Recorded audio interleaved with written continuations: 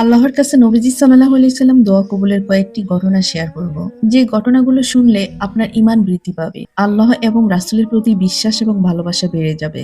যে দোয়া কবুলের ঘটনাগুলো আপনার হৃদয় নাড়া দিবে। তাহলে চলুন শুনে আসি সে হৃদয় বিদারক কিছু দোয়া কবুলের ঘটনা। আসসালামু আলাইকুম প্রিয় দর্শক। দোয়া মুমিনের হাতিয়ার। যখন দোয়া করেন নবীজি সাল্লাল্লাহু আলাইহি সাল্লাম নিজে, তখন তা হয়ে ওঠে অলৌকিকতার প্রতীক। আল্লাহ তার প্রিয় নবীর দোয়া কবুল করেন তৎক্ষণাৎ, যা নবুয়তের সত্যতার সবচেয়ে বড় প্রমাণ। আলেমগণ বলেন, নবীর দোয়া কবুল হওয়ার তার নবুয়তের সুস্পষ্ট চিহ্ন। আল্লাহ মিথ্যাবাদীর দোয়া কখনো কবুল করেন না। নবীজির দোয়া কবুলের ঘটনা আছে অসংখ্য। এখানে কয়েকটি উদাহরণ দিয়ে দেখব কিভাবে আল্লাহ তার দোয়া শুনেছিলেন। বৃষ্টির জন্য দোয়া। মেঘের পাহাড়ে উঠে আসা মদিনার দীর্ঘ খরা, সম্পদ নষ্ট হচ্ছে, শিশুরা ক্ষুধায় কাঁদছে। জুমার খুতবায় এক বেদুইন দাঁড়িয়ে বললেন, আল্লাহর রাসূল, সম্পদ ধ্বংস হচ্ছে, পরিবারগুলো ক্ষুধায় কাতরাচ্ছে, আল্লাহর কাছে একটু দোয়া করুন। আনাস ইবনে মালিক রাদিয়াল্লাহু তাআলা বলেন, নবীজি হাত তুললেন। আকাশে মেঘের টুকরোটিও ছিল না, কিন্তু হাত নামানোর আগেই মেঘ জমতে শুরু করলো পাহাড়ের মতো।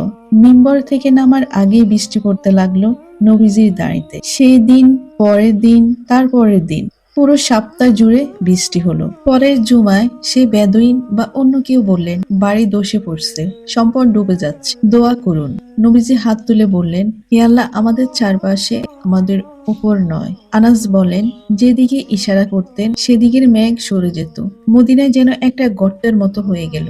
চারপাশে বৃষ্টি, মাঝে শুকনো।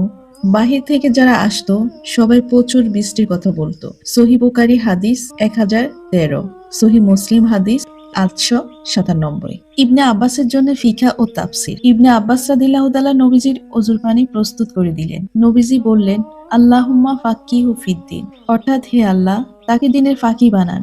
সহিহ বুখারী হাদিস 143, সহিহ মুসলিম হাদিস 2477।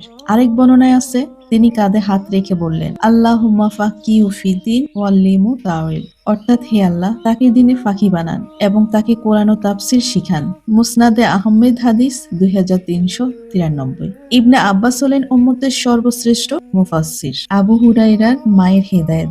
আবু হুরায়রা রাদিয়াল্লাহু তাআলা এর মা ছিলেন একজন মুশরিক। তিনি তাকে ইসলামের দাওয়াত দিতেন, কিন্তু তিনি প্রত্যাখ্যান করতেন এবং নবীজির বিরুদ্ধে কটু কথা বলতেন। একদিন আবু হুরায়রা কাঁদতে কাঁদতে নবীজির কাছে গেলেন, বললেন, আমি মাকে দাওয়াত দিই, তিনি আপনার বিরুদ্ধে খারাপ বলেন, আল্লাহর কাছে দোয়া করুন, তিনি যেন হেদায়েত পান।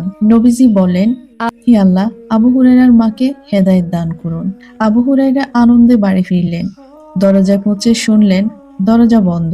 মা বললেন, অপেক্ষা করো। তিনি ফানির শব্দ শুনলেন। তারপর মা গোসল করে দরজা খুলে বললেন, লা ইলাহা ইল্লাল্লাহ মুহাম্মাদুর রাসূলুল্লাহ। আবু হুরায়রা আনন্দে কাঁদতে কাঁদতে নবীজির কাছে গেলেন, বললেন, সুসংবাদ, আল্লাহ আপনার দোয়া কবুল করেছেন। সহিহ মুসলিম হাদিস 2451। আরেকবার আবু হুরায়রা বললেন, আপনার অনেক হাদিস শুনি, ভুলে যাই। নবীজি বললেন, চাদর বিছাও। তিনি হাতে কিছু নিয়ে চাদরে ডেলি দিয়ে বললেন, জড়াও। তারপর থেকে কিছুই বলিনি। সহিহ বুখারী হাদিস 119। সাইব ইবনে ইয়াজিদের দীর্ঘ আয়ু। সাইবকে নবীজির কাছে নিয়ে গেলেন তার খালা। বললেন, আমার বাগ্নে অনেক অসুস্থ। নবীজির মাথায় হাত বুলিয়ে বরকতের দোয়া করলেন। সহিহ বুখারী হাদিস 5736। সাইব 94 বছর বাঁচলেন, সুস্থ সবল। তিনি বলতেন, আমার কান চোখের শক্তি নবীজির দোয়ায়ের ফল। দাওয়াস গ্রোথের হেদায়েত। তুফাইল ইবনে আমর আদ-দাওসী রাদিয়াল্লাহু তাআলা গ্রোথকে দাওয়াত দিলেন, কিন্তু তারা অস্বীকার করল। নবীজির কাছে এসে বললেন, তারা ব্যভিচারে লিপ্ত, তাদের বিরুদ্ধে দোয়া করুন। নবীজি বললেন, হে আল্লাহ, দাওয়াসকে হেদায়েত দাও। তারপর বললেন, ফিরে যাও, দাওয়াত দাও, নম্র হও। তোফাইল ফিরে গেলেন, দাওয়াত দিতে থাকলেন। খাইবারের 70 থেকে 80 ঘর মুসলিম হয়ে নবীজির কাছে গেলেন। সহিহ বুখারী হাদিস 4393। এই ঘটনাগুলো দেখায় নবীজির দোয়া কখনো বিফল হয়নি। বৃষ্টি, হেদায়েত, স্মৃতি, স্বাস্থ্য, শক্তি, সবকিছুতে আল্লাহ তার দোয়ায় সাড়া দিয়েছেন। এটি নবুয়তের প্রমাণ। আমরা নবীজির সুন্নাহ অনুসরণ করে দোয়া করি। আল্লাহ আমাদের দোয়া কবুল করুন, আমাদের সবাইকে হেদায়েত দান করুন। এই ঘটনাগুলো থেকে আমরা অনেক কিছু শিখতে পারি। আজ এ পর্যন্ত। সবাই ভালো থাকবেন, সুস্থ থাকবেন। আল্লাহ হাফেজ। আসসালামু আলাইকুম ওয়া রাহমাতুল্লাহ।